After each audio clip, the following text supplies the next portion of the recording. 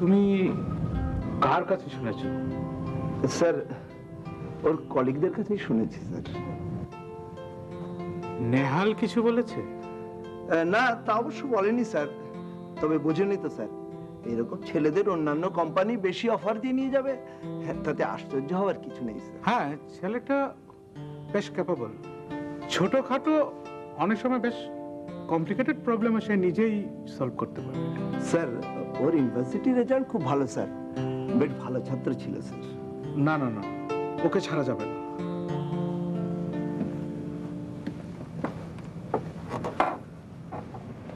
প্রয়োজন হলে right sir, ওর বেতনটা একটু বাড়িয়ে দিয়ে স্যার, সেই সঙ্গে অন্যান্য সুযোগ সুবিধা স্যার। অবশ্যই মনে রাখবেন, he is earning for the company. Okay sir. আপনি এক কাজ করুন স্যার, ওর সাথে কথা বলে জেনে নিন ঠিক কি ব্যাপারে ওর মাঝে অসন্তোষ কাজ করছে। হারুন সাহেব। জি স্যার। উত্তরা সাইডে সিমেন্ট কবে পাঠাচ্ছেন? একটু দেখে দিই স্যার। হ্যাঁ।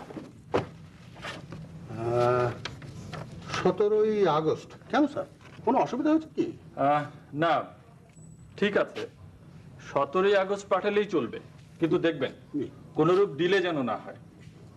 নেক্সট কাস্টিং 20-21 তারিখের মধ্যেই করাতে চাচ্ছি, ঠিক আছে? জি স্যার। রশিদ সাহেব। জি স্যার। আপনার সাইট কেমন চলছে? স্যার খুবই ভালো স্যার। আচ্ছা, সিমেন্ট পাঠাচ্ছেন ঠিক মতো? জি স্যার। আচ্ছা, গুড। তাহলে এমনি স্যার সালাম দিচ্ছেন। আমি আসছি। স্যার যদি একবার সাইটে যেতেন তাহলে খুব ভালো হতো স্যার। হ্যাঁ, একবার অবশ্য যাওয়া দরকার। জি স্যার। ঠিক আছে, আমি যাব। ঠিক আছে।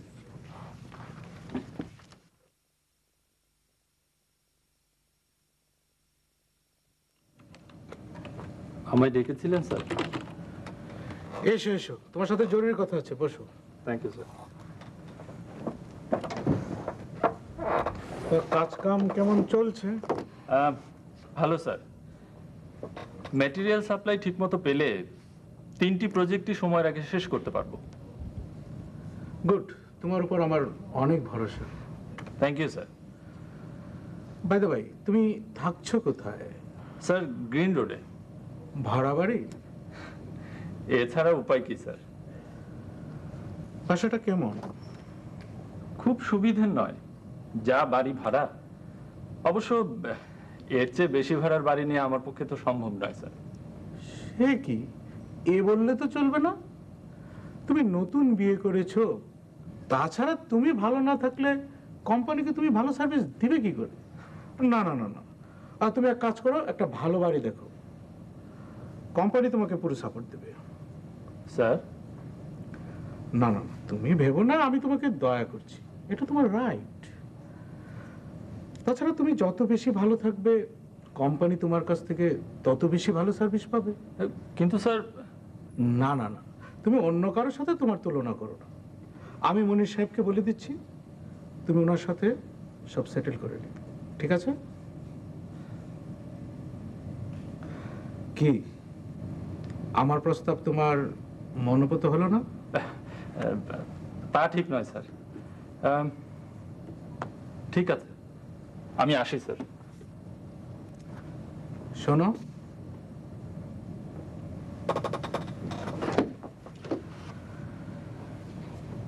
তোমার যখন যা প্রয়োজন হবে আমাকে খুলে বলো, আমি সাধ্যমতো তোমার ডিমান্ড মেটাতে চেষ্টা করব, বাট ডোন্ট লিভ আস।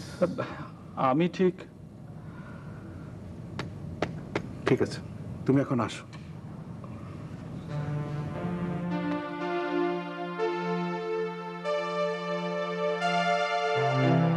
আপা,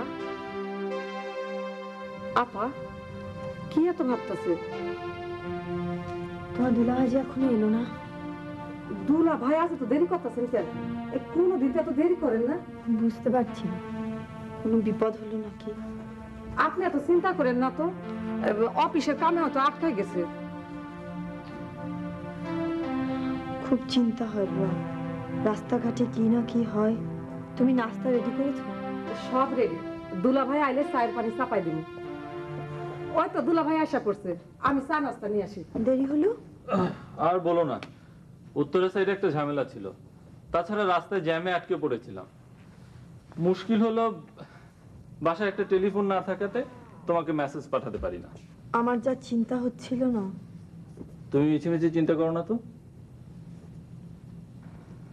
ও হ্যাঁ, আজকে না আজমত চাচার বাসায় যাওয়ার কথা। হ্যাঁ, তুমি যাও না, হাত মুখ ধুয়ে এসো, চা রেডি করছি। আচ্ছা ঠিক আছে। বলো।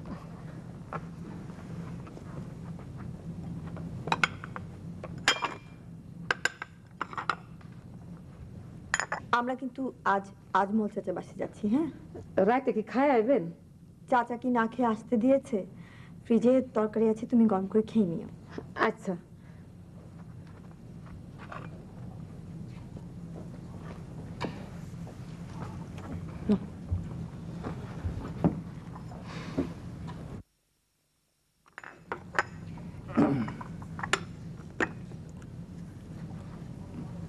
জানো রিমা, আজ না এমডি সাহেব ডেকেছিলেন।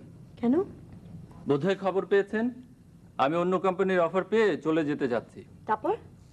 তারপর আর কি, বাসা বদলাতে বললেন, ভালো একটা বাসা। এর জন্য কোম্পানি প্রয়োজনীয় সাপোর্ট দেবে, আরো কত কি। শেষ পর্যন্ত বললেন আমি যেন ওনাকে ত্যাগ না করি। তো তুমি কি বললে? কি আর বলবো, মনে হচ্ছে ওনাকে বোধহয় ছেড়ে যাওয়া যাবে না। তাছাড়া সুযোগ সুবিধা এখানে ভালো পেলে যাওয়ার দরকারটা কি? চলো, আজমল চাচার বাসা যাওয়ার কথা। ও হ্যাঁ, আমি চেঞ্জ করে আসি। না না রিমা, তুই এবারই ভর্তি হয়ে যা। মাস্টার্সটা করা খুবই দরকার। আর তাছাড়া তুই ওপেন ইউনিভার্সিটিতে পড়বি, নিয়মিত ক্লাস করারও তো দরকার নেই। হ্যাঁ চাচা যান, সারাক্ষণ বাসায় একা একা থাকে, পড়াশোনা নিয়ে ব্যস্ত থাকলে তবু সময়টা কাটবে। কিন্তু চাচা যান, এখন কি আমি পারবো? আরে কেন পারবি না, তুই তো ভালো ছাত্রী। দেখলি না বিয়েটা এক চান্সে কিরকম ভালো করে পাশ করে গেলি। হ্যাঁ রিমা আপা, তুমি ভর্তি হয়ে যাও। কি ব্যাপার বলো তো, শিহাব এখনো ফিরছে না কেন? বলে গেছে 9টার মধ্যেই ফিরবে। রাস্তাঘাটে যা অবস্থা, দেখো কোথাও হয়তো আটকে আছে। সবসময় ভয়ে ভয়ে থাকি, কি জানি কোনো বিপদ হলো কিনা। মা, ভাগ্যে থাকলে কি তুমি আটকাতে পারবে? এই জন্য কি সবাই ঘরে বসে থাকবে? রিমাদের তো দেরি হয়ে যাচ্ছে, একসঙ্গে খাবে বলে বসে আছে। না না, আমাদের জন্য ভাববেন না, আমরা উনি এলেই একসঙ্গে খাবো। সরি সরি, আমার আসলে দেরি হয়ে গেল, কিছু করারও ছিল না। তারপর রিমা, কেমন আছো তোমরা? ভালো আছি শিহাব ভাই। নিয়াম সাহেবের অফিস কেমন চলছে? খুব কাজের প্রেশার চলছে, একসঙ্গে 3টে প্রজেক্ট দেখতে হয়। মাঝে মাঝে এমন সব ঝামেলা ঘাড়ে এসে পড়ে। তাড়াতাড়ি হাত মুখ ধুয়ে নে, ওদের দেরি হয়ে যাচ্ছে। তোমরা বসে পড়ো, আমি এক্ষুনি আসছি। চলো চলো, এসো সবাই চলো এসো। কখন ফিরবে? ঠিক বলা মুশকিল। বিকেলে এমডি সাহেবের সঙ্গে একটা কাজ আছে, ওনাকে যদি সময় মতো পেয়ে যাই তাহলে সন্ধ্যার আগেই ফিরবো। ও হ্যাঁ, আমি তো বলতে ভুলেই গেছি, তোমার হেমায়েত মামা কাল অফিসে ফোন করেছিলেন। মামা? হুম, মামা তোমার ফোন নাম্বার কোথায় পেলো? তা তো জানি না, আমিও খুব অবাক হয়েছি জানো। তা কি বললেন? কি আর বলবেন, বললেন তুমি ওনাদের আদরের ভাগ্নি, তোমার কথা খুব চিন্তা করেন, এইসব আর কি। যাবে নাকি একদিন? তুমি বললে অবশ্যই যাব। ঠিক আছে। আচ্ছা শোনো, তুমি তো মোটরসাইকেল নিয়ে চলাফেরা করো, আমার খুব ভয় করে অ্যাক্সিডেন্ট না হয়ে যায়। তুমি সাবধানে চলাফেরা করো। তুমি শুধু শুধু চিন্তা করছো, তুমি ভয় পেও না তো। আসি। বাবা, অফিসে যাচ্ছিস? জি বাবা। আজ এত সকালে? আমি একটু ইউনিভার্সিটিতে যাব, আমার মার্কশিটটা উঠাতে হবে। ও হ্যাঁ, মনে পড়েছে, একটা কাজ করবি তো। কি বাবা? ওপেন ইউনিভার্সিটিতে ভর্তি হওয়ার নিয়ম কানুনগুলো একটু জেনে আসবি। কেন, রিমার জন্য? হ্যাঁ, আমরা ছাড়া ওর আর কেই বা আছে বল? থাকার মধ্যে আছে তো একটা মামা, তাও মায়ের সৎ ভাই। কখনো কোনো খোঁজ খবর নেয় না। ওর বাবা ছিল আমার অকৃত্রিম বন্ধু। স্ট্রোকে মারা যাওয়ার পর মেয়েটা একেবারে অসহায় হয়ে পড়ে। তাও তো ওর জন্য কিছু একটা করতে পেরেছো। কি এমন করেছি, তাড়াহুড়ো করে বিয়েটা দিয়ে দিয়েছি। আর বিয়ের আগে ওর বিয়ে পরীক্ষাটা দেবার ব্যবস্থা করেছিলাম। বাবা, নেহাল কিন্তু ছেলেটা ভালো। আমার মনে হয় ওরা সুখেই থাকবে। তাই যেন হয়। তবে কি জানিস শিহাব, প্রত্যেকটা মেয়েরই নিজের পায়ে দাঁড়াবার ক্ষমতা থাকা উচিত। বাবা, আমি জেনে তোমাকে জানাবো। এখন চলি। ভাইয়া, তুমি নাকি ইউনিভার্সিটি যাচ্ছ? হ্যাঁ, আমিও যাব তোমার সঙ্গে। আমার 9টায় একটা ক্লাস আছে। রেডি? হ্যাঁ, একদম রেডি। একদম রেডি। একদম রেডি। চল। আসি বাবা।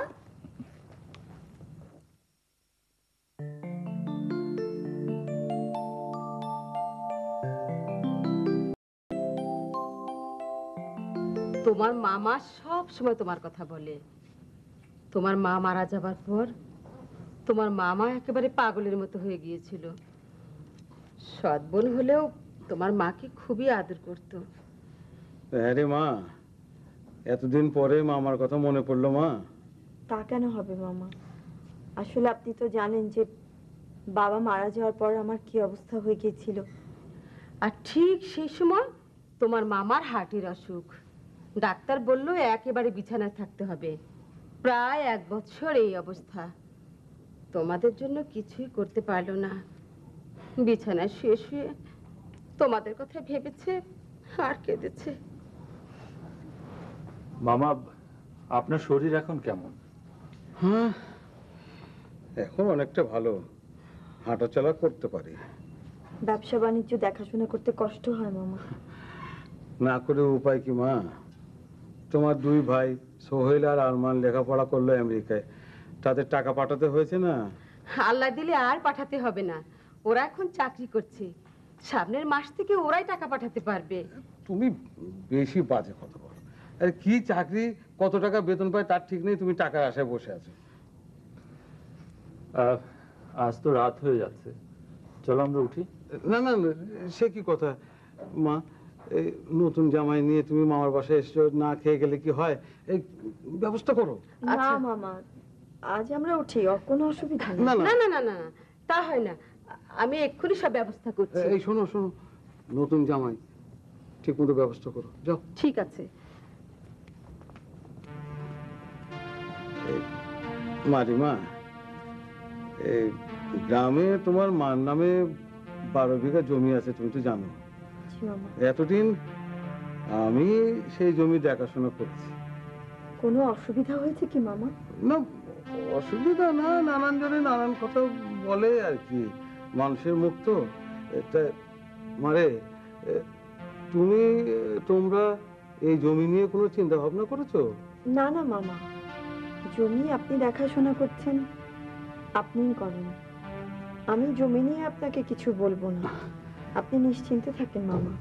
আর তাছাড়া জমি আমার তো দরকারও নেই। যখন আমার কোনো প্রয়োজন হবে আমি না হয় আপনাকে এসে বলবো। আমি জানতাম মা তুমি এই কথাই বলবে। অবশ্যই অবশ্যই, বিপদে আপদে আপনজনের কাছেই তো আসবে, আপনজন বিপদে আপদে তো সাহায্য করবে। তাহলে ওই কথাই রইলো, আমি তোমাদের ওই জমিটা দেখাশোনা করবো। এই তোমরা এসো, খাবার রেডি করেছি। কোথায়? এসো চলো মা। মা।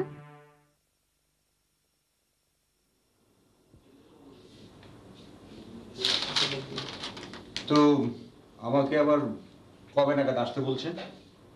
আপনি আগামী সপ্তাহে দেখা করবেন। আচ্ছা, ঠিক আছে। ওকে।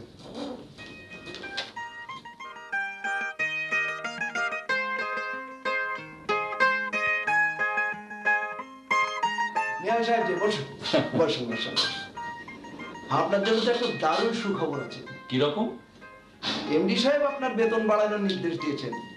অর্ডারটাই মাত্র পেলাম, 3000 টাকা এট এ টাইম। শুধু তাই নয়, বাড়ি ভাড়ার জন্য আলাদা 3000 এর সাপোর্ট। কি কেমন লাগছে? বুঝতেই তো পারছেন। আমি অবশ্য জানি জানি জানি, ও সব চিন্তা ভাবনা মাথা থেকে একদম ঝেড়ে ফেলুন। এই কোম্পানিতে আপনার লাভ খুলে গেছে। স্যার কি রুমে আছেন? স্যার রুমে আছে, যান দেখা করে আসুন। হ্যাঁ যাচ্ছি তো। নেহাল সাহেব শুনুন, এবার কিন্তু ভাই একটা পার্টি মাস্ট। অবশ্যই অবশ্যই। ওকে, যান দেখা করে আসুন। তুমি সেদিন কথাটা রিমাকে সরাসরি বললেই পারতে। কোন কথা? ওর মার জমিটা কিনে নেওয়ার কথা? হ্যাঁ, মানে নামমাত্র দামে। শোনো, আমার মাথায় অন্য চিন্তা কাজ করছে, সাবধানে এগোতে হবে। আরে সেদিন কথায় কথায় শুধু জেনে নিলাম ওই জমিটার উপর ওদের ইন্টারেস্ট আছে কিনা। আমার তো মনে হয়নি। হ্যাঁ, তুমি ঠিকই বলেছো। তাছাড়া ওই জমির খোঁজ তো ও রাখে না, একমাত্র আমি জানি জমিটা কোথায় আছে, কিভাবে আছে। কাগজপত্র তো সব আমার কাছে। শোনো, কটা দিন যাক, তারপর সময় সুযোগ বুঝে জমিটা আমার নামে ট্রান্সফার করে নেবো। নগদ টাকা দিয়ে কিনতে যাবো কেন? বলো কি? হ্যাঁ। কি অত ভাবছো বলো তো? ভাবছি জমি জমার ব্যাপারে মামার সাথে এত রিলেবল হওয়াটা ঠিক হয়নি। এখন কেন বলছো এ কথা? কত বিপদ আপদ হতে পারে, জমি জমা কাজে লাগতো না। তুমি তো জানো মামার স্বভাব, বাবা মারা যাবার পরে ওনার টিকিও দেখা যায়নি। আজমল চাচা না থাকলে আমার যে কি হতো। ওনারা আসলে তোমাকে খুব ভালোবাসেন, এমন লোক এই যুগে পাওয়া খুব মুশকিল। হ্যাঁ, ওনাদের কাছে আমি দিনে দিনে ঋণী হয়ে যাচ্ছি। কি করে যে সেই ঋণ আমি শোধ করব? সে সুযোগ হয়তো তুমি পাবে, তখন নিশ্চয়ই তুমি তাদের জন্য করবে। দোয়া করো আমি যেন তা করতে পারি। নাও ঘুমাও, সকালে উঠে আবার সাইডে যেতে হবে।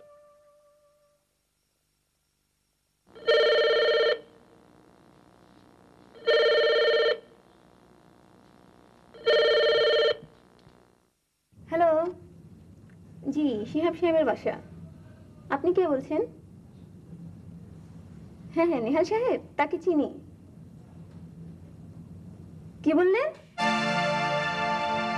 কখন? হ্যাঁ, শিহাব সাহেব আমার বড় ভাই, তাকে এক্ষুনি জানাচ্ছি। ঠিক আছে ঠিক আছে, আমি রাখি। মা, মা সর্বনাশ হয়ে গেছে। নেহাল ভাই অ্যাক্সিডেন্ট করে হসপিটালে আছেন। কি কি বললো? তার এক কলিগ ফোন করেছিল। আশ্চর্য, এই সময় তোর বাবাও ঢাকায় নেই, দেশের বাড়িতে গেছে। এখন কি হবে? আচ্ছা শোন, তুই শিহাব একটা ফোন কর। আচ্ছা ঠিক আছে, আমি এক্ষুনি ফোন করছি।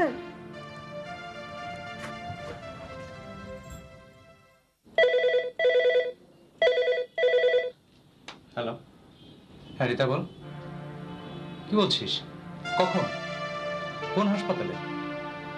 হ্যাঁ হ্যাঁ হ্যাঁ, না লাগবে না, আমি হাসপাতালটা চিনি, আমি এখনই যাচ্ছি।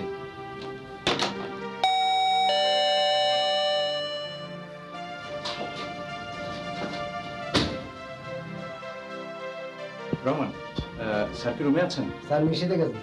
আচ্ছা, স্যার এলে যদি আমাকে খোঁজ করে তাহলে বলবে আমি একটা দুঃসংবাদ পেয়ে বাইরে যাচ্ছি। হ্যাঁ, আজ আর ফিরবো না। আচ্ছা স্যার। স্যার, যাত্রাবাড়ি সাইডের জন্য কিছু টাকা দেওয়ার কথা ছিল। তুমি অ্যাকাউন্টসে যাও, আমি বলে দিচ্ছি। Thank you sir. হ্যাঁ, বশিরকে 50,000 টাকার একটা চেক দিয়ে দিন। আসসালামু আলাইকুম স্যার। ওয়ালাইকুম আসসালাম।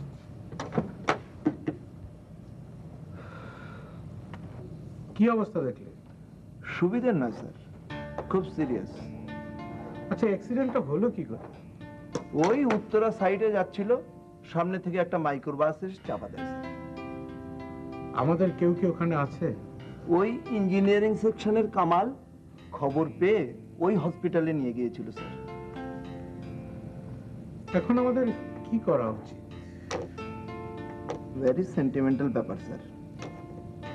ইনিশিয়াল স্টেজে হসপিটালে যদি কিছু টাকা দেওয়া যায় স্যার। ঠিক আছে, আপনি খবর নিয়ে সব ব্যবস্থা নিন। হ্যাঁ, আমি কামাল সাহেবকে অলরেডি বলে এসেছি স্যার। ওর কাজগুলি দেখাশোনা করবে কি? কাউসার সাহেবকে বলে এসেছি স্যার, দেখবে উনি। পারবে তো? Very responsible assignment. আপাতত চলুক স্যার। আচ্ছা, নেহালের সুস্থ হওয়ার সম্ভাবনা কতটুকু? স্যার ওই ডাক্তারের মতামত অনুযায়ী স্যার ভেরি আনসার্টেন ব্যাপার। তাহলে তো নতুন লোক নেওয়ার ব্যবস্থা করতে হয়। স্যার ওনাকেই কয়েকদিন দেখি স্যার। স্যার এই আপনি একটু হসপিটালে স্যার। না না না, সরি, এই ব্যাপারে আমার হসপিটালে যাওয়া ঠিক হবে না। হসপিটালে গেলেই ওর আত্মীয় স্বজনের কাছে নানা রকম কমিটমেন্টের ব্যাপার এসে যাবে। Okay sir.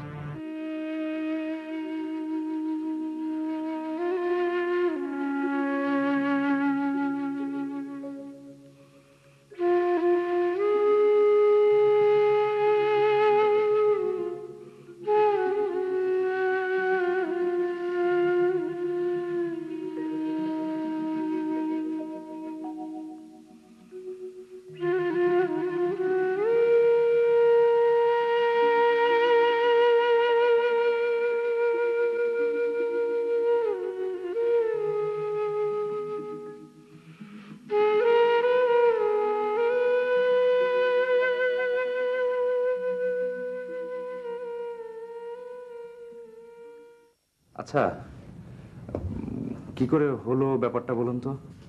উত্তরের সাইডে যাচ্ছিল, হঠাৎ একটা মাইক্রোবাস এসে সামনাসামনি ধাক্কা দিয়ে ফেলে দেয়। এখন ডাক্তাররা কি বলছেন? আঘাত তেমন গুরুতর নয়, মূল আঘাতটা মাথাতেই, আর সেটাই দুশ্চিন্তার কারণ। আচ্ছা, সরি, মানে আমি ঠিক আপনাকে আপনার পরিচয়টা। আমি কামাল আহমেদ, নেহাল সাহেবের আমি একই অফিসে, আমি ইঞ্জিনিয়ার। আচ্ছা, আমি শিহাব আহমেদ। রিমা আসলে আমার। শিহাব ভাই, আমার আমার এত বড় সর্বনাশ, সর্বনাশ কেন হলো? রিমা, কেঁদো না রিমা, প্লিজ। তুমি মনে সাহস রাখো, আল্লাহকে ডাকো, দেখো সব ঠিক হয়ে যাবে। আমি কি করব কিছুই বুঝতে পারছি না। রিমা প্লিজ শান্ত হও, আমাদের সামনে এখন অনেক কাজ। ভাই আপনি এখানে একটু থাকুন। রিমা, বাসায় তো বুয়া একাই না? হ্যাঁ। আচ্ছা, আমি দেখছি তাহলে অন্যান্য কি ব্যবস্থা করা যায়। ভাই আপনি এখানে একটু থাকবেন, হ্যাঁ প্লিজ। রিমা আমি আসছি।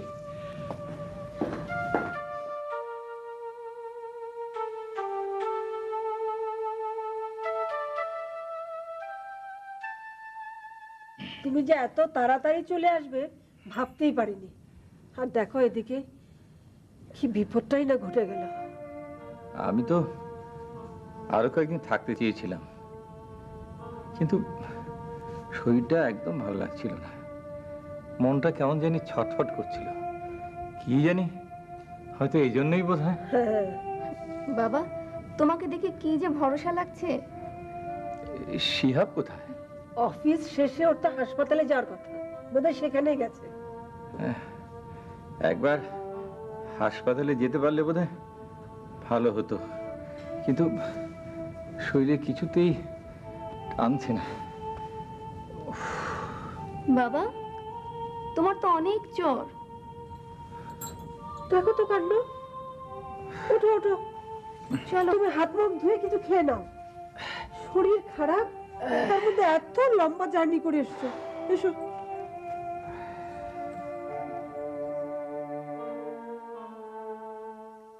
আঘাতটা মূলত মাথাতেই। এখনো তো জ্ঞান ফিরল না। সেটাই একটু চিন্তার কারণ। আচ্ছা, আপনারা কি অন্য কিছু সন্দেহ করছেন? ঠিক এই মুহূর্তে কিছু বলা সম্ভব নয়, অন্তত আরো 24 ঘন্টা দেখতে হবে। দয়া করে যদি।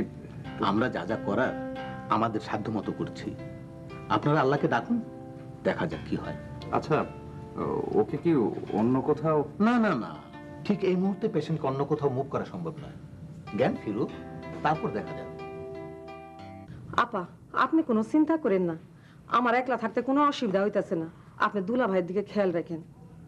তোমার ভরসাতেই তো আছি, কোনো অসুবিধা হলে পাশের বাড়ির ভাবির কাছে যেও, আমি বলে রেখেছি। আচ্ছা, আপনি কি এখনই যাবেন? হ্যাঁ, এখনই যাব। একটু ঘুমায় যান, কয় রাত তো চোখে এক ফোঁটা ঘুম নাই। তোমার দুলাভাই সেরে উঠলে অনেক ঘুমানোর সময় পাবো। মন খারাপ করেন না, আল্লাহ রহম করব। আসি। আচ্ছা, সাবধানে থেকো। আচ্ছা, ওর জ্ঞান তো ফিরেছে, কিন্তু কথা বলতে পারছে না কেন? আল্লাহর কাছে শুকরিয়া করেন যে জ্ঞান ফিরেছে। আমরা তো আশা প্রায় ছেড়েই দিয়েছিলাম। ওকে কি এখনো হাসপাতালেই থাকতে হবে? কেন, কোনো অসুবিধা আছে কি? না, ঠিক হাসপাতালে অ্যাটেন্ড করার মতো আমাদের লোকবল নেই। আরো 2-1 দিন দেখি, তারপর একটু স্টেবল হলেই বাসায় নিয়ে যেতে পারবেন। চিকিৎসার ব্যবস্থা? বলেছি তো, একবার ব্রেন স্ক্যান করা দরকার। রেজাল্ট দেখে তারপর ব্যবস্থা নেওয়া যেতে পারে। ঠিক আছে, সেই ব্যবস্থাই তাহলে করি। জি।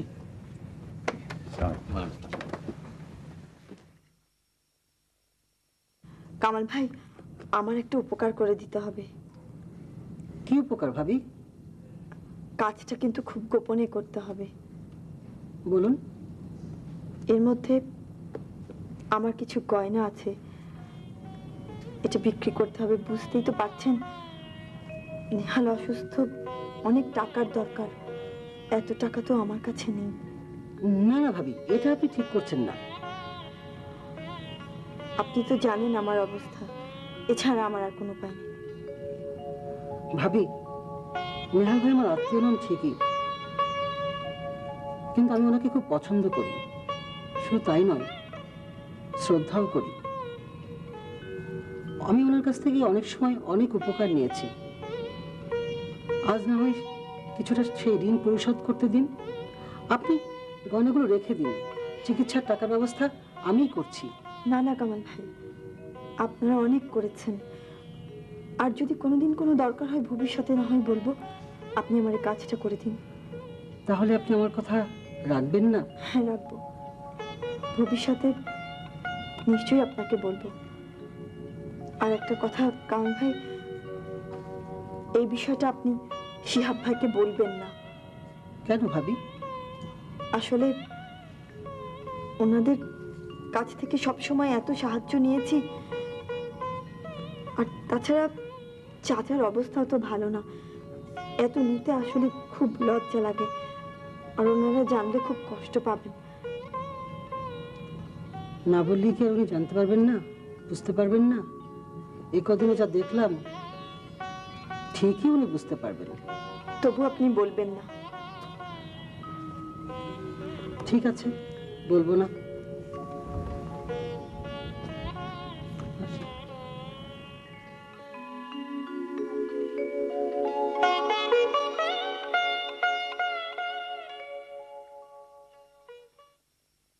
বাবা, তুমি ওষুধটা খেয়েছিলে? হ্যাঁ, খেলাম তো। হ্যাঁ রে, নিহালের খবর কি? এ কদিন তুমি যা দেখালে, আমরা কি কেউ হাসপাতালে যেতে পেরেছি? তবে শিহাব দেখছে, সব খেয়াল রাখছে ও। বাবা, নিহাল ভাই জ্ঞান ফিরে পেয়েছে, কিন্তু কথা বলতে পারছে না। কেমন যেন ফেল ফেল করে তাকিয়ে থাকে। মেয়েটার কথা আর ভাবতে পারি না, কি যে হবে।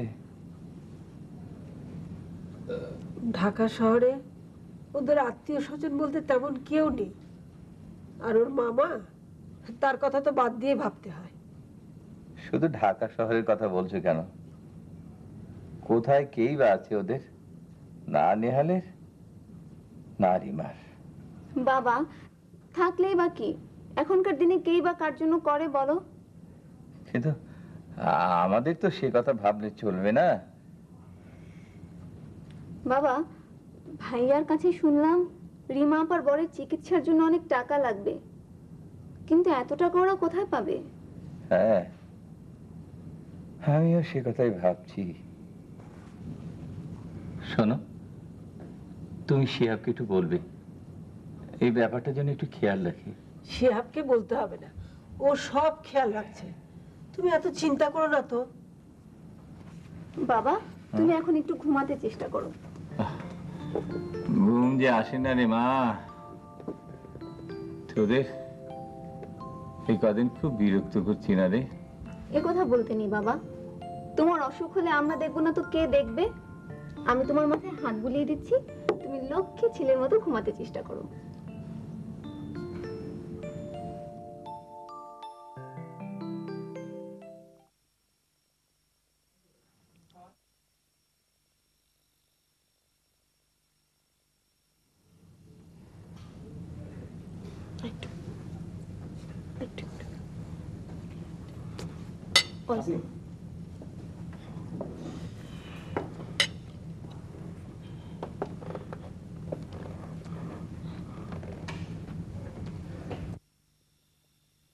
কেমন আছে ও এখন? বসো। ভালো না। সব বুঝতে পারে তো? কি জানি, বুঝতে পারে। মাঝে মাঝে শুধু কাঁদে। শুনুন, আপনি ভালো হয়ে যাবেন, কিছু চিন্তা করবেন না, সব ঠিক হয়ে যাবে। এরকম করতে থাকে, আমাকে নিয়ে চিন্তা করে। ও ভেতরে ভেতরে কতটা কষ্ট পায় সেটা তো বুঝতে হবে। এখন যে কি হবে শিহাব ভাই? চিন্তা করো না, আমি রিপোর্টগুলো নিয়ে হাসপাতালে গিয়েছিলাম। সেখানে ডাক্তারদের দেখিয়েছি, ওরা বলেছে অপারেশন লাগবে। বিষয়টা একটু কমপ্লিকেটেড। কিন্তু এখানে করানো যাবে? যাবে, তবে বাইরে করাতে পারলেই ভালো হতো।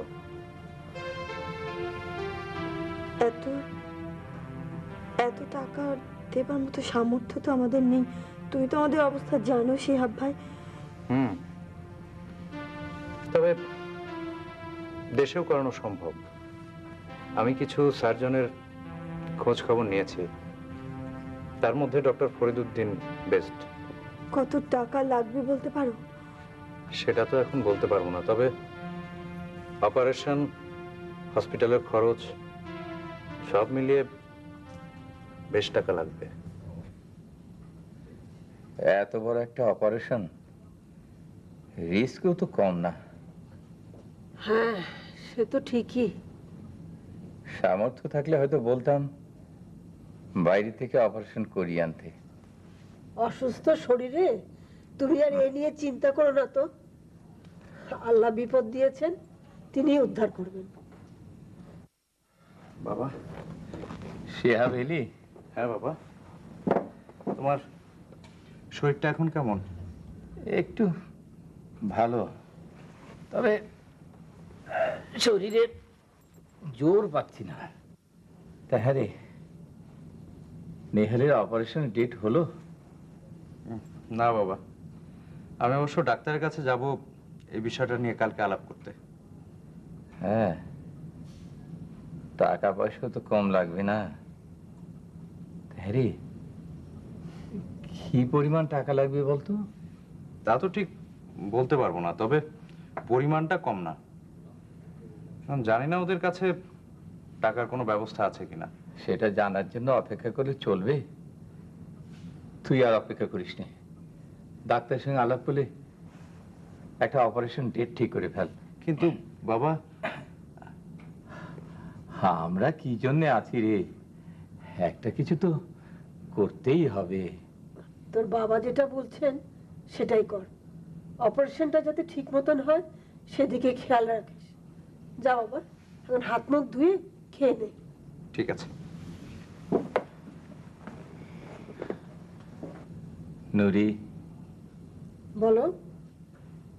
টাকাটা জোগাড় করতে তোমার খুব কষ্ট হবে না?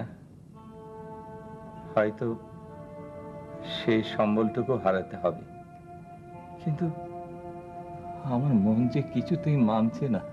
এ নিয়ে তুমি একদম ভেবো না তো। আল্লাহর রহমতে সব ব্যবস্থাই হবে। তুমি তুমি আমাকে বাঁচালে লুরি।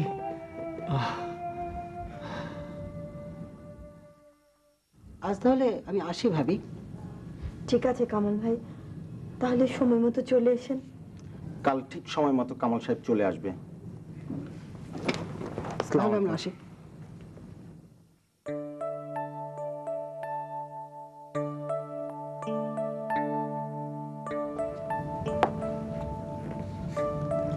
শিহাব ভাই, শোনো, আমি আজই ডাক্তারের কাছে যাচ্ছি, এখনই। এখনই? হ্যাঁ, আমি শুধু তোমার কাছে জানতে চাচ্ছি ওর অপারেশনের ডেটটা করে ফেলবো কিনা। কি হলো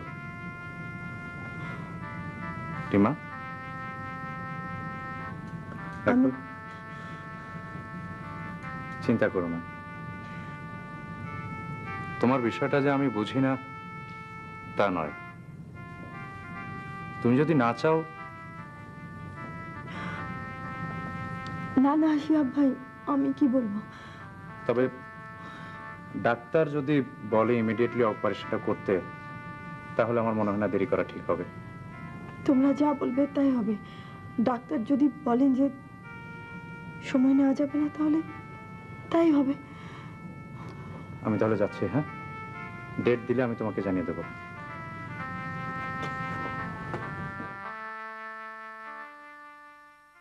শুনে বড় দুঃখ পেলাম মা। জামাই বাবাজি এত বড় একটা অ্যাক্সিডেন্ট করেছে। হ্যাঁ মামা, অপারেশন করতে হবে। হ্যাঁ, অপারেশন? সে তো অনেক টাকার ব্যাপার। হ্যাঁ, সেই জন্য তো এখানে এসেছি মামা। আমাকে টাকা দিতে হবে? কত টাকা? এই 25,000 টাকা দিলেই হবে মামা। 25,000? এই এত টাকা আমি কোথায় পাবো? মামা, আপনার তো আল্লাহ দিলে ব্যবসা বাণিজ্য ভালো। আর ব্যবসা, ও বাইরে থেকে এমন অনেক কিছু শোনা যায়, শুধু লস আর লস। দিন আর দায় আমি নাক পর্যন্ত ডুবে আছি। মামা, মায়ের তো 12 বিঘা জমি আছে, আপনি চাষাবাদ করেন, সেটা নিয়ে তো আমি কখনো কিছু বলিনি। আজ আরে ওটা কি কোনো চাষের জমি নাকি? ওখানেও আমি কিছু টাকা পয়সা লাগিয়েছিলাম, শুধু লস আর লস। আচ্ছা মামা, সেসব কথা না হলে থাক, কিন্তু বিপদে পড়েছি, সাহায্যের জন্য কিছু যদি। মারে, আমার পক্ষে এখন কোনো টাকা পয়সা দেওয়া সম্ভব না। ঠিক আছে মামা, আমি আসি। কিছু মুখে দিয়ে যাও। হ্যাঁ, দেবরকে নিয়ে তুমি প্রথম এলে আমার বাসায়। না মামা, আমার আসলে সময় নেই, আমাকে যেতে হবে। মারে, আমারে ভুল বুঝে না মা। হ্যাঁ, আমার ইচ্ছা ছিল কিন্তু আমি পারছি না, তাই। ভুল বুঝবো কেন মামা, বিপদে পড়েই তো আপনার কাছে এসেছিলাম। আসুন কামাল ভাই। কিন্তু বাবা, প্রবলেমটা হচ্ছে ডক্টর ফরিদউদ্দিন সামনের মাসে ইংল্যান্ড চলে যাবেন। এখন অপারেশনের পরে একটু ফলোআপেরও প্রয়োজন আছে। সুতরাং যদি দেরি করা হয় তাহলে কিন্তু সমস্যা হয়ে যাবে। তাহলে দেরি করছিস কেন? কিন্তু বাবা, টাকার ব্যবস্থা তো তুই এখনো বুঝতে পারলি না? বাবা, তুই তুই ইমিডিয়েটলি অপারেশনের ব্যবস্থা কর। হ্যাঁ ভাইয়া, তাই করো, আর দেরি করা ঠিক হবে না। হ্যাঁ, আমি তাই করব। বাবা, আমি এক্ষুনি ডাক্তারের কাছে গিয়ে সবকিছু সেটেল করে আসবো। আমি যাচ্ছি বাবা।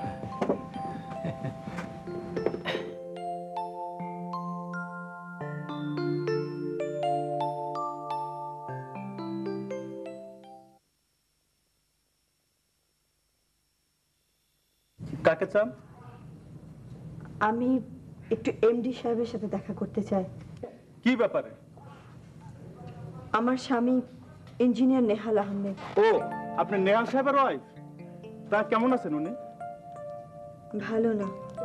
সরি। ঠিক আছে, আপনি সোজা চলে যান এমডি সাহেবের। Thank you.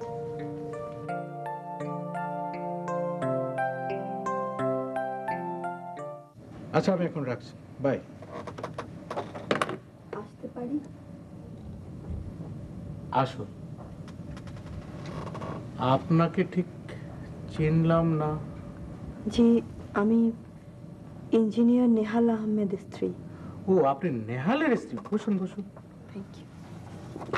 আমি সব শুনেছি। Very sad. ও এখন কেমন আছে? জি, ভালো না। আসলে মাথায় আঘাত পেয়েছে, বাকশক্তি হারিয়ে ফেলেছে। বলেন কি? আসলে আমি এসেছি, মাথায় একটা বড় অপারেশন হবে, এর জন্য আসলে অনেক টাকা দরকার।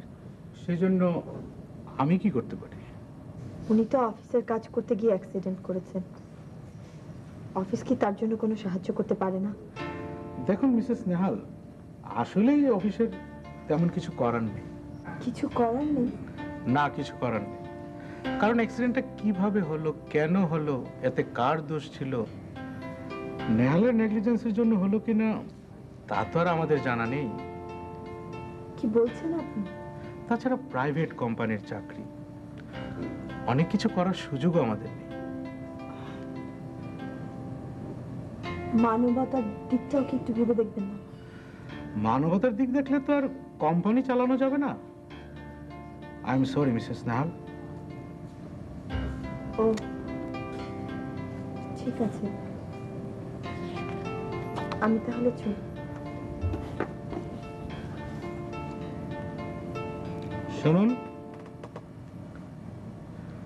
স্বামীকে অন্যভাবে তো সাহায্য করতে পারেন। জি, মানে আমি আপনাকে একটা চাকরি দিতে পারি। বাই দ্য বাই, লেখাপড়া কতটুকু করেছেন? জি, আমি বিএ পাশ করেছি। গুড, এতেই চলবে। আমাকে কি কাজ করতে হবে? না, তেমন কিছু না। আপনি কাজ করবেন আমাদের বিজনেস প্রমোশনের জন্য। আপনি সুন্দরী, এই একাত্ম ক্লায়েন্ট সামলাবেন, এই আর কি। ভালো বেতন পাবেন, আপনার কোনো অভাব থাকবে না। আই এম সরি, এই কাজটা আমি করতে পারবো না। বাবা, জি হ্যাঁ, আমি ডাক্তার কাছে গিয়েছি। ডাক্তার তো ডেট দিয়ে দিয়েছেন, 3 দিন পর অপারেশন, কিন্তু আজকেই তো শিফট করতে বলেছেন, ভর্তি করতে বলেছেন। ভর্তি করাবো আজই? হ্যাঁ, তুমি বললে অবশ্যই করাবো। ঠিক আছে বাবা, রাখছি।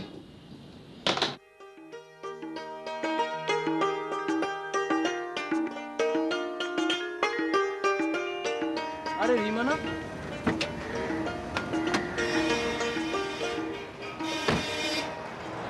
জাভেদ, তুমি? কতদিন পরে দেখা। সেই যে বিয়ে পরীক্ষাতে ঢাকায় চলে এলে, তারপর আর কোনো তোমার খোঁজ নেই। কেমন আছো? তুমি কেমন আছো? তোমার মুখ দেখে মনে হচ্ছে তুমি ভালো নেই। গায়ে ওঠো, কোথাও বসে তোমার সঙ্গে কথা বলি। না না জাভেদ, আমি বাসা থেকে অনেকক্ষণ বেরিয়েছি, আমাকে তাড়াতাড়ি ফিরতে হবে। বেশি সময় নেব না, এসো তো, কথা আছে, চলো।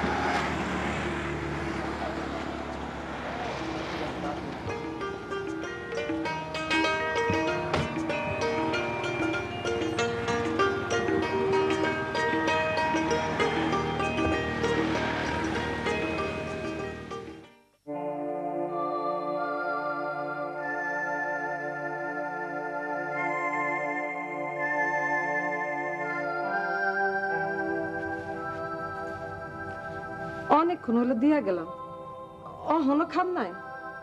খান দুলা ভাই, আপনার খাওয়ানোর টাইম পার হয়ে যেতেছে। আপা আমারে বলে গেছে, আপা অক্ষণে এসে পড়বো। আমি যখন কি করুম?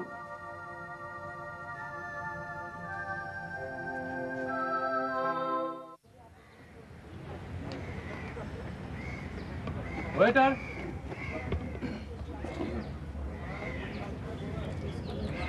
দুটো কোক।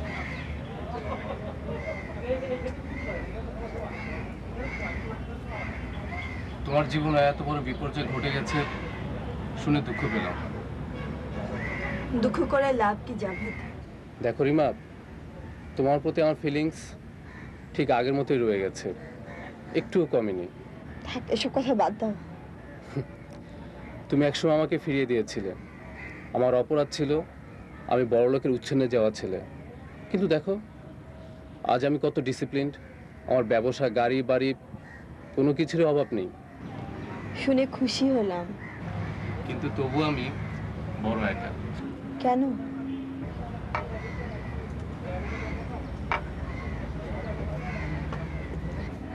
আমি বিয়ে করিনি। ও, জিজ্ঞেস করলে না কেন? এই অযাচিত কৌতূহল খুব অশোভন। রিমা, তোমার স্বামীর সকল চিকিৎসা খরচ আমি দিতে পারি, কিন্তু লাভ হবে কি তাতে? বিশ্বাস করো, তোমার স্বামী আর কোনোদিন ভালো হবে না। প্লিজ জাভেদ এভাবে কথা বলো না।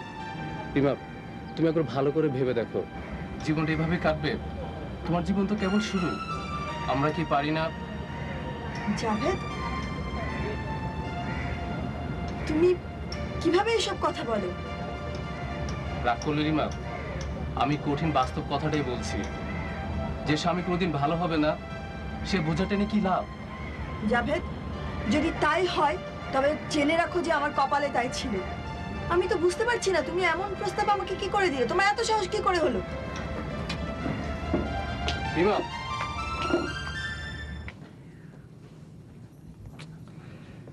আচ্ছা, কোথায় গেছে কিছু বলে গেছে? না, আপাতত দেরি করার কথা না। এই যে রিমা, কোথায় ছিলে?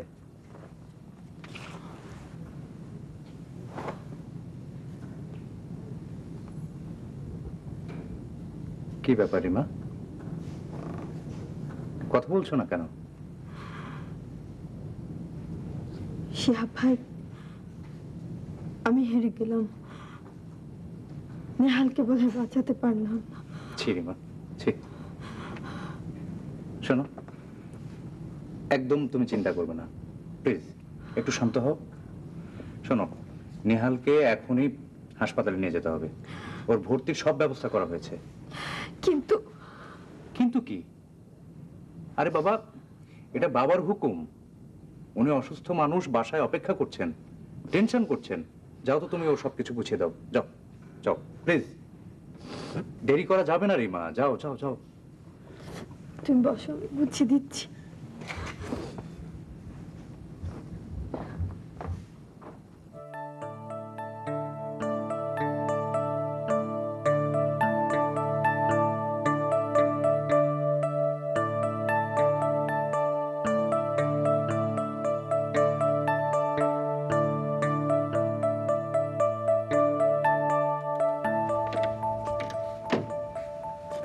ডাক্তার সাহেব,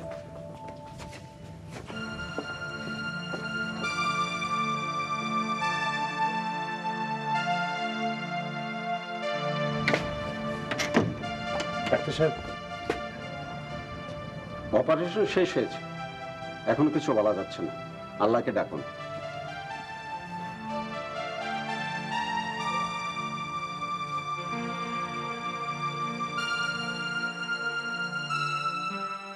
বাবা, আপনি তো অসুস্থ, কতক্ষণ আর অপেক্ষা করবেন?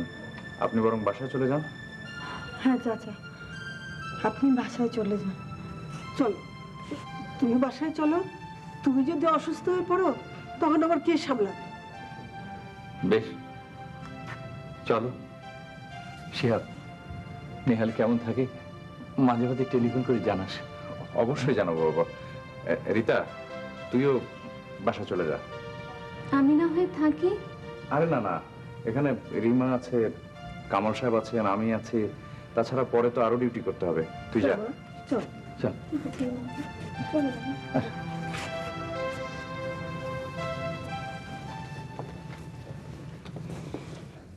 হে আল্লাহ, আমি গরিব মানুষ, কাজ করে খাই।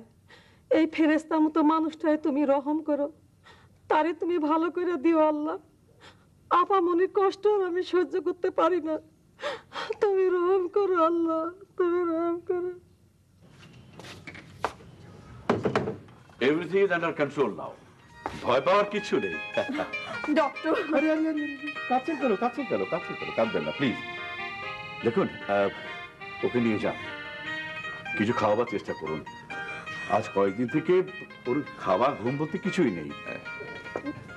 না না, আমি এখান থেকে কোথাও যাবো না। আচ্ছা, আপনি এখানে থেকে কি করবেন বলুন? আমরা সব রকম ব্যবস্থাই করে রেখেছি। এখানে আপনার স্বামীর কোনো অসুবিধা হবে না। আপনি বাড়ি গিয়ে বরং বিশ্রাম করুন।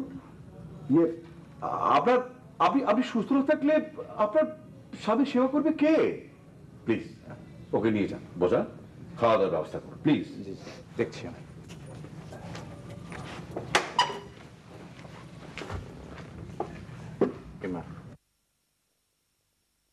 আলহামদুলিল্লাহ, বড় নিশ্চিন্ত হলাম। শিহাব, শোন, এবার তুই কিছু খা, রিমাকেও খাওয়া। দুদিন ধরে তো তোরা না খেয়ে আছিস একেবারে। হ্যাঁ হ্যাঁ, আচ্ছা আচ্ছা, এখন রাখি। আমি খুব আশাবাদী উনি খুব তাড়াতাড়ি সুস্থ হয়ে উঠবেন। ডক্টর, উনি আবার আগের মতো চলাফেরা করতে পারবেন তো? অবশ্যই, আগের মতো সব কাজকর্ম করতে পারবেন। আপনাকে যে কি বলে কৃতজ্ঞতা। কি যে বলেন, দেখুন আমি একজন ডাক্তার, ডাক্তার হিসেবে এটা আমার কর্তব্য। ডাক্তার হিসেবে একটা রোগীকে সুস্থ করে তোলার মধ্যে কি যে আনন্দ আমি আপনাকে বোঝাবো কি করে বলুন? আচ্ছা ডক্টর, আমরা ওর সাথে এখন দেখা করতে পারবো না? অবশ্যই পারবেন, তবে দেখুন ভিড় করবেন না আর বেশি কথাবার্তা বলবেন না, ঠিক আছে? জি জি। ডক্টর, আপনি দেশের বাইরে কবে যাচ্ছেন? ও আমি চিন্তা করছি রোগীকে হাসপাতাল থেকে ডিসচার্জ করি, তারপরেই যাবো। Thank you doctor, thank you. You are most welcome. না, তোমাকে নিয়ে পারছি না, তাড়াতাড়ি রেডি হও, হসপিটালে একটা ভিজিটিং আওয়ার আছে না। এই তো আমি রেডি। আজ কত আনন্দ হচ্ছে, নেহাল কথা বলতে পারছে, একেবারে সুস্থ যাকে বলে। ডাক্তার বলেছে আবার আগের মতন কাজ করতে পারবে।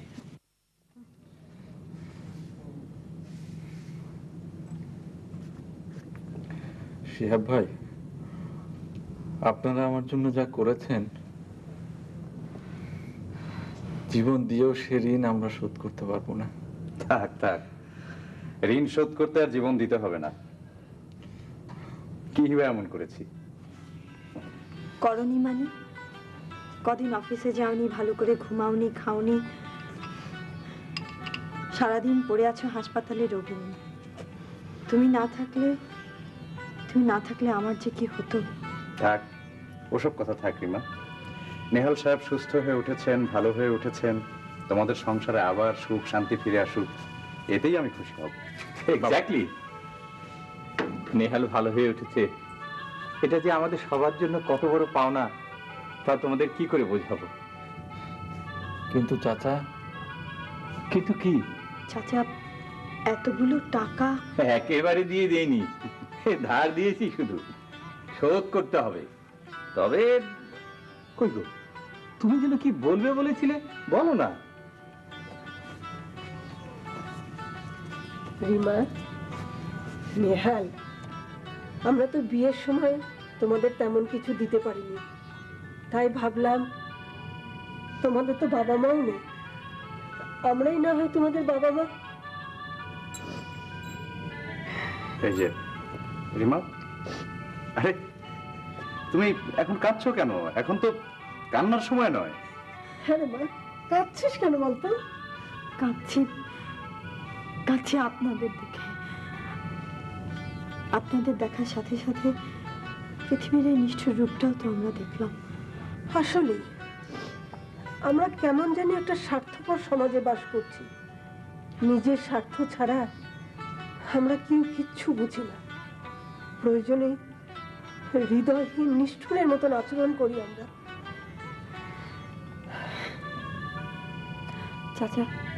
চাচা কেন এমন হলো? এর উত্তর তো আমার জানা নেই রে মা।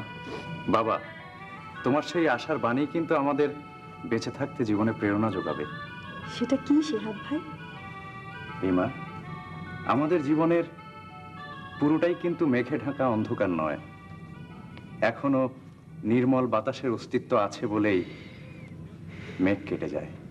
সেইটুকু প্রত্যাশা করতে পারি বলেই এখনো বেঁচে থাকার আনন্দ পাই।